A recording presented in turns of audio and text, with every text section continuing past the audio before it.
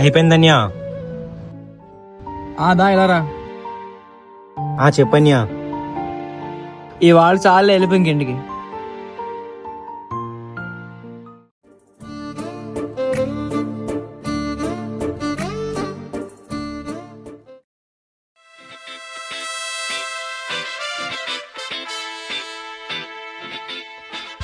గురు ఒకసారి ఇటు రావా?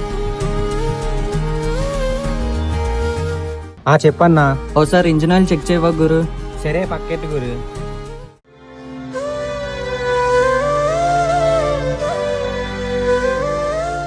నేను ఇప్పుడు ఎలాంటి బండి కొంటానో ఏటో. బ్రో ఏంటి బ్రో బండి కాస్త అలా చూస్తున్నావు?